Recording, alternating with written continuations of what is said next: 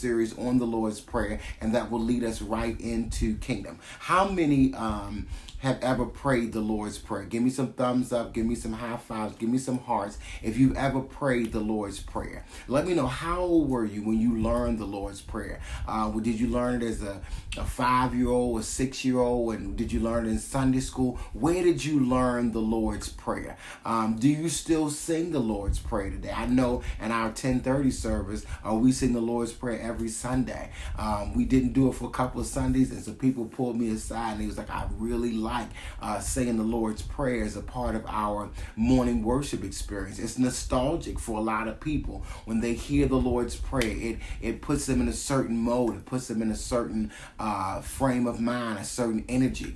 So how many of you pray the Lord's Prayer? Give me some thumbs up. Give me some high fives. Give me some hearts. How many have been doing it for years? If you've been doing it for 10, 15, 20, 30, 40 years, it's one of the first things that I learned, along with Now Lay Me Down to Sleep. I learned the Lord's Prayer, and I learned the 23rd Psalm. Those are some of the things that I learned very early on in my childhood. So we're going to look at the Lord's Prayer. We're not going to look at it from Matthew chapter 6. We're going to look at it from Luke chapter 11. So our scripture for today is Luke chapter 11 and verse number 1 and verse number 2. So if you're looking at a verse of the day, our verse of the day is Luke chapter 11 and verse number 1. So let's look at it. Luke chapter 11 and verse number 1. When you have a shot, I have the word not only in my hands, but also in my heart. Luke 11 and 1. It says, one day Jesus was praying in a certain place. When he finished, one of his disciples said to him, Lord, teach us to pray, just as John taught his disciples. He said to them, when you pray, say. Again, that's Luke chapter 11 and verse number 1. And that was from the New International Version of the scripture. And today we're talking about the prayer formula, or the way to pray. Now, first of all, and we looked at Luke's gospel instead of Matthew's gospel. In Matthew's gospel, Jesus is just on the Sermon on the Mount, and he's doing teachings. He's teaching about prayer. He's teaching about fasting. He's teaching about giving. He's just giving his manifesto for ministry. But Luke, another one of the synoptic gospels, he presents it from a different perspective. Instead of Jesus just doing this long teaching about various things, and prayer being one of the things that Jesus was teaching about, Luke presents it as a question and answer.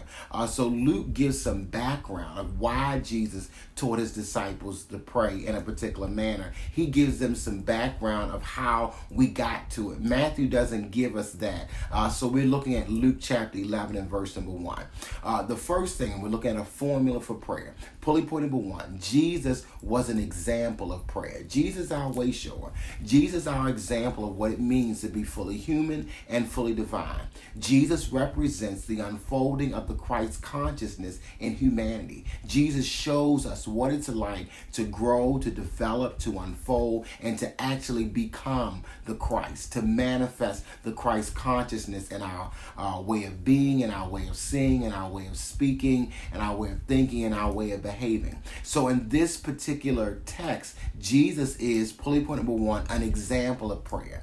As Luke sets it up, Jesus was praying in a certain place. So if Jesus, being the Son of God, being our way shower, was a man of prayer, then God is calling on us to be people of prayer. How many are people of prayer? Let me tell you, one of my favorite things to do is pray. It doesn't matter what time of day, doesn't matter what day of the week. I love to pray. I enjoy prayer. I enjoy praying. It's just one of my favorite pastimes. I never get tired of praying. I never get bored with praying. I just love to pray. And any other prayer warriors out there, give me some thumbs up, give me some high fives, give me some hearts if you love to pray, if you really enjoy prayer. That prayer is not just a discipline for you, but you see prayer as a delight. And so Jesus was a man of prayer, and he prayed, and his disciples, they saw him praying. They saw that Jesus was a model and example of prayer. Many times we're teaching and telling people to do things that we're not modeling ourselves. We're giving people advice and suggestions that we're not following ourselves. And today I'm saying follow your own advice. Whatever it is that you're telling other people, make sure that you're doing it yourself. Make sure that you are the first partaker of the fruit. Make sure that you are leading by example, that you're walking your talk, that you're not just preaching to other people, but you are also teaching them through your lifestyle. So Jesus taught the importance of prayer, not just through his words, but because he demonstrated prayer. And Jesus was praying. They saw him praying in a certain place. And the scripture says when he finished praying, so that means that they honored Jesus' prayer time. Do you have a prayer time? Do you have a time that you set aside just to communicate with God? And that's what prayer is. It's a two-way communication between you and God. It's where you talk to God and God listens. God talks to you and you listen. That is prayer. Prayer is a two-way communication between God and between you and God. That's what makes it a healthy dialogue. Prayer is a dialogue. It is a conversation. Prayer is communication with God. And so Jesus demonstrated that as our way shower. So pulley point number one, Jesus was an example of prayer. What are you an example of? What are you teaching people through your behaviors? What are you demonstrating for people through what it is that you do? And so pulley point number one, Jesus was an example of prayer. Pulley point number two, as a result of Jesus being an example of prayer, Jesus was questioned about prayer. His disciples, the scripture says, one of his disciples asked him, teach us to pray, as John taught his disciples to pray. Teach us to pray as John taught his disciples to pray. And so this was a request. And when we are an example of things, then people will ask us about things. And many times we're trying to force information on people that they didn't ask us. Jesus didn't just start off in this teaching about prayer the way that Luke presents it. He was asked, he was requested by his disciples, teach us to pray. And so when you are living a positive example of what it means to be positive, then somebody will say, well, teach me how to be positive like you're positive. When you know the scriptures and you're able to quote them and explain them, people say, well, teach me the Bible like how you know the Bible. Teach me how to meditate like you meditate. Teach me how to give like you give. Teach me how to live in a way that's joy-filled. Teach me how to get rid of this weight the way that you've gotten rid of your weight. Whenever you are an example of something, pulley point number two, people will ask you questions about it. When you are exemplifying the Christ, you don't have to force your religion on people. Just be an example of it. You don't have to force your beliefs on people. Just be an example of it. You don't have to beat people over the head and beg with them and plead with them and try to force them and make them. You just be an example of it, and people will ask you a question about it. And how you know that people are ready for the answer is that they ask you the question. The disciples asked Jesus. They were ready to learn how to pray. They were ready to not just watch Jesus pray. They were ready to put prayer in action in their lives. How do you know they were ready for it? Because they asked the question. And let us pay attention to people's questions. We know that people are ready for things when they ask us questions about it. Why are we answering questions that were not asked? Why are we giving information that people never solicited? Jesus responds to their question. He exemplified prayer. Pulley point number one. Pulley point number two, they asked him about prayer. And Jesus, pulley point number three, he responded to their question about prayer. So pulley point number one, he exemplified prayer. He was asked about prayer. And pulley point number three, he answered their question about prayer. Jesus said, when you pray, pray like this. Or this is how to pray. And so Jesus answered their question. Jesus gave them the answer to what it is that they were asking. Jesus gave them the solution to what was the seeming problem. Jesus gave them the answer to their seeming question. Jesus gave them the solution. He gave them the resolution to their issue. And so look at this formula Jesus gives us. Exemplify first. Allow people to ask you questions and then answer their questions. Why are you so happy? Why are you so joyful? So they're seeing you demonstrate joy. then they're asking you a question, then that opens up the door to be able to share why you're so joyful. I went to church this week, and let me tell you, I heard a good message, and that message has me joyful. Why are you so peaceful? No matter what goes on, you just seem to be peaceful all the time. Let people see the example of peace, then they will ask you about peace, and then you can answer and share with them what is working for you. People say, why are you so loving? No matter what people say or what people do, you always seem to be so loving. Why are you so loving? So they see the example, then they will ask you the question, then you can give them the answer. But many times people are not asking us the question because they don't see the example from us. They're asking somebody else how to pray because they don't see us praying. They're asking somebody else how to live a holistically healthy, balanced, and well-rounded life because they don't see us living that. People are only going to ask you questions about things that they feel that you know the answer to, that you are exemplifying in your own life. And so our prayer is, Lord, let me be an example so that people can ask me questions, so that I can share with them. Many times the mode is that we're in a preach mode, we're in a teach mode. But how about being in a share mode? How about simply seeing ministry as sharing your testimony with others?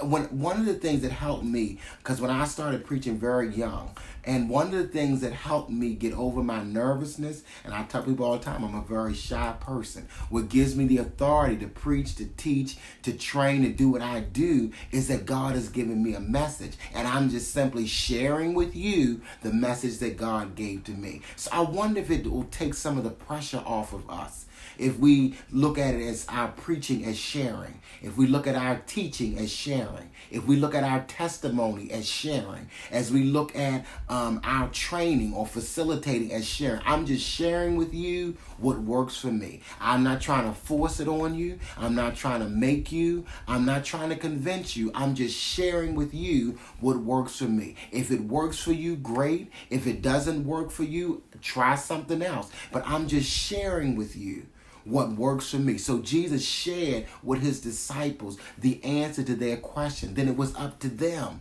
to implement it. It was up to them to do it. It was up to them to actually utilize what Jesus gave them. And so empower people with the information that they ask the questions to. Then leave it to them to be able to put it into practice. I love you so much. God bless you. Thank you so much for being a part of the Daily Download. And we're seeing a model for prayer today. Exemplify it, allow people to ask you questions, and then answer their questions. If we use that model in our relationships and our interaction with people, we'll have much more positive results with people because we're exemplifying it.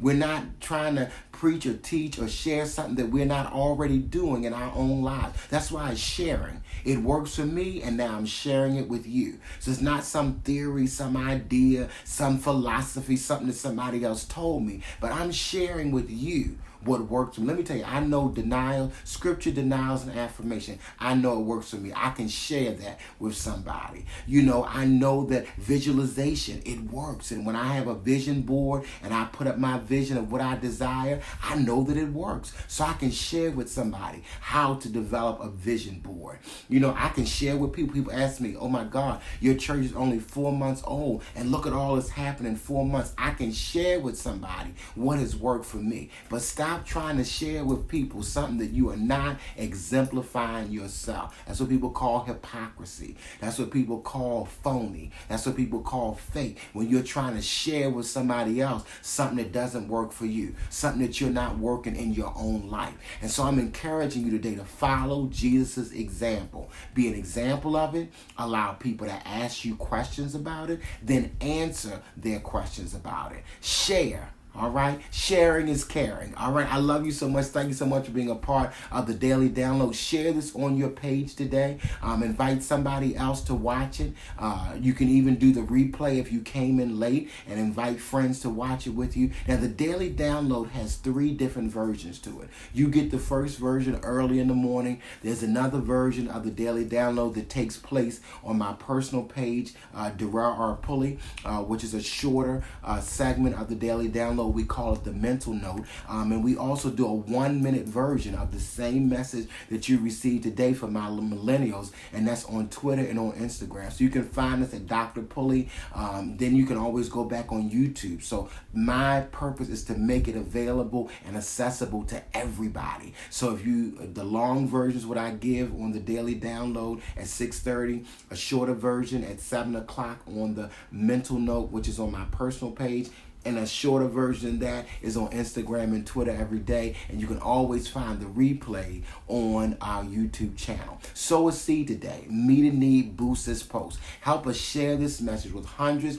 of thousands of people all around the earth. I love you so much. God bless you. Until tomorrow morning at 6:30 a.m. Remember, God is doing something wonderful in me, and God is doing something wonderful in you.